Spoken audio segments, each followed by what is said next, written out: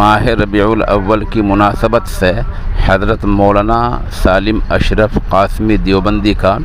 سیرت پاک کے عنوان پر ایک بیان پیش خدمت ہے۔ انشاءاللہ العزیز اگلے چند دنوں میں اور بھی بیانات پیش کیے جائیں گے۔ السلام علیکم ورحمۃ اللہ وبرکاتہ۔ نحمد و نصلی علی رسول الکریم، اما بعد، اعوذ باللہ من الشیطان الرجیم، بسم اللہ الرحمن الرحیم۔ لقد کان لکم فی رسول اللہ اسوۃ حسنہ۔ ناظرین اور سامعین، آج میں سوشل میڈیا کے جس پلیٹ فارم کے حوالے سے اور جس پلیٹ فارم سے آپ سے مخاطب ہوں، اس کا نام ہے سوشل نیوز انڈیا۔ میں اگر اس کے تعارف میں اور اس کے بانی کو جو ہے مبارکبادی دوں تو ان الفاظ میں شاید بہت موزوں ہوگا کہ سوشل انڈیا نیوز کے بانی نڈر اور بے باک صحافی، جن کے تبصرے سے خبریں ہو جاتی ہیں پانی پانی، مدارس، علماء اور حکومت و سماج کی صحیح تصویر سنتے رہتے ہیں آپ جن کی زبانی،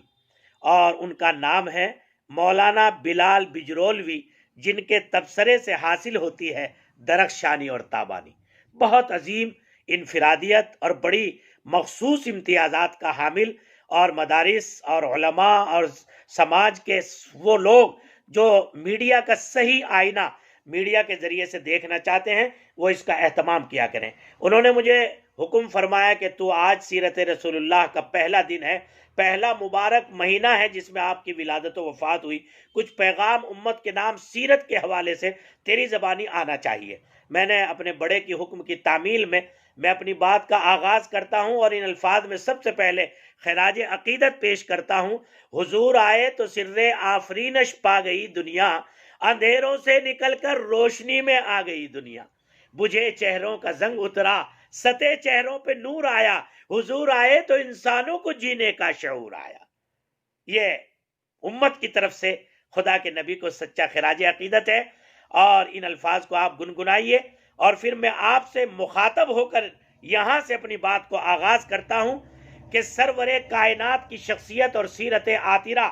کے بے شمار پہلو ہیں، اور ہر پہلو اپنی جگہ پر عالم انسانیت کے لیے آب حیات اور علم و آگہی کا گویا کہ چشمہ سلسبیل ہے۔ آپ دنیا کی تاریخ پر، اقوام عالم پر نگاہ ڈالیں گے تو سلاطین، بانیان اور بڑے بڑے فاتحین کی تاریخ پڑھیں گے تو ان کو کسی ایک سبجیکٹ میں، کسی ایک معاملے میں مقام حاصل ہوگا، لیکن سب سے عرفہ اعلیٰ ذات، اللہ کی ذات عالی کے بعد اس روئے زمین پر میری اور آپ کی اور ساری کائنات بلکہ سارے عالموں کی پیغمبر ذات جناب رسول اللہ صلی اللہ علیہ وسلم کی ذات عالی ہے، کہ جو اپنی ذات میں ایک انجمن ہے، جس نے ہر پہلو کو اس حیثیت سے اٹھایا کہ 8 سال کی مدت میں ایسے ہمگیر اثرات انقلابات دہر پر چھوڑے کہ آج تک تاریخ ان انقلابات، ان کو تاثرات، ان کے گہرے نقوش کو بھلا نہیں پائی ہے۔ یہ اس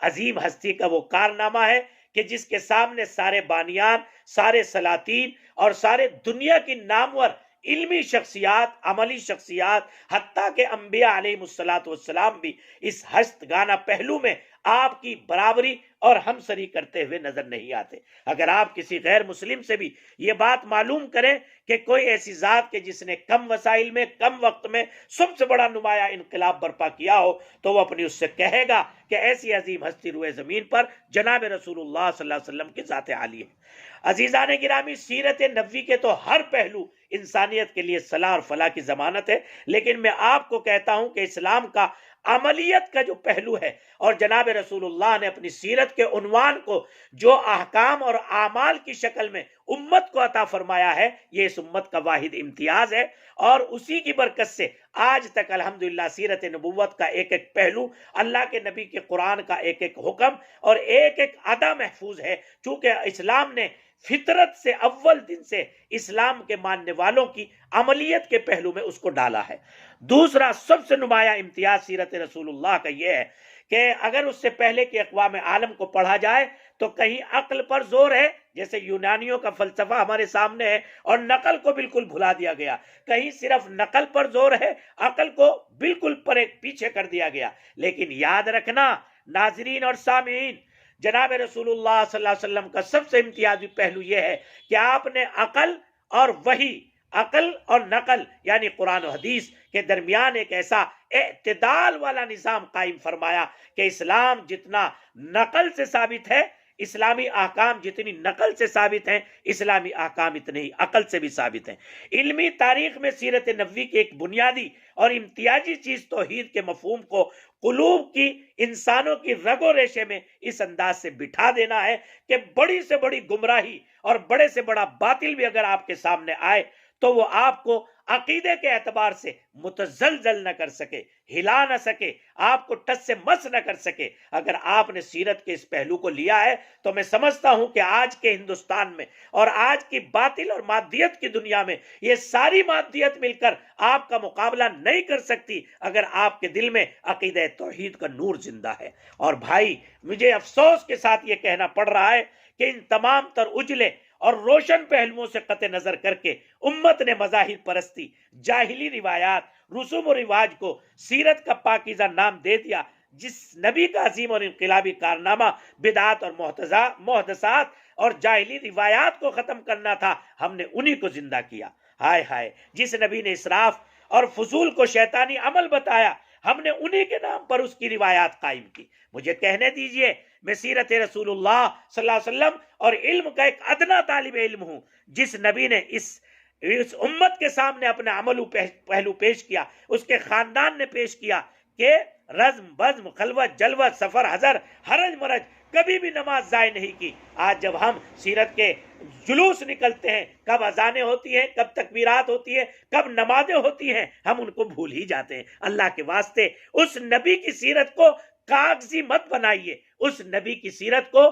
ظاہری پھول پھلواریوں میں نہ لگائیے، اس نبی کی سیرت کو عملی پہلو میں ڈھالیے۔ جس نبی رحمت نے اہل ایمان کے اتحاد و اتفاق کو بنیاد مرصوص کہا، آج وہ امت فرقوں میں بٹی ہوئی ہے۔ جس نبی نے حسد، کینہ، بغض اور عداوت کو ایمان کے لیے سم قاتل قرار دیا، آج ہماری شناخت اور پہچان وہی ہے۔ جس نبی نے درمیانہ روی اور اعتدال کو اپنی سنت قرار دیا، بے محابہ عشق کی دعوے داری کرنے والے اسی کے نام پر فضول خرچیاں نام و نمود کے لیے کرتے ہیں۔ جس نبی نے انسان تو کجا جانوروں کے حقوق کو ادا کرنے کی تلقین کی، آج اسی نبی کے ماننے والے انسانیت کا گلا کاٹ رہے ہیں، اپنے حقوق کو ضائع کر رہے ہیں، دوسروں کی پگڑیاں اچھال رہے ہیں، صرف اپنے بھائیوں کے لیے ان کے تکفیر کے دروازے کھلے ہوئے ہیں۔ اللہ کے واسطے اس سے بچیے۔ الزام تراشی، غیبت، چغلی، بہتان، حسد، کینہ، جس چیز سے نبی نے سب سے زیادہ بچایا اسی کو ہم نے اپنا زیور بنا لیا۔ اللہ کے واسطے جھوٹ سے، فریب سے، دغل سے، مکر سے اللہ کے بندوں کو بچائیے، اپنے آپ بھی بچیے۔ یہی سیرت رسول اللہ کا پیغام ہے۔ کثرت سے درود پاک پڑھ کا اہتمام کیجئے۔ یہ میرا آج کے حوالے سے، سوشل انڈیا نیوز کے حوالے سے آپ تک پہنچنے کا ایک پیغام ہے۔ سیرت رسول اللہ کے اس مبارک ماہ میں بھی اور ساری زندگی بھی کثرت کریے درود پاک کی۔ علامہ اقبال سے کسی نے پوچھا، آپ درس نظامی کے حامل تو نہیں ہیں، نہ آپ نے پڑھا ہے، اور آپ سے ایسے ایسے نکات نکلتے ہیں، یہ کہاں سے آئے؟ آپ نے فرمایا درود پاک کی کثرت نے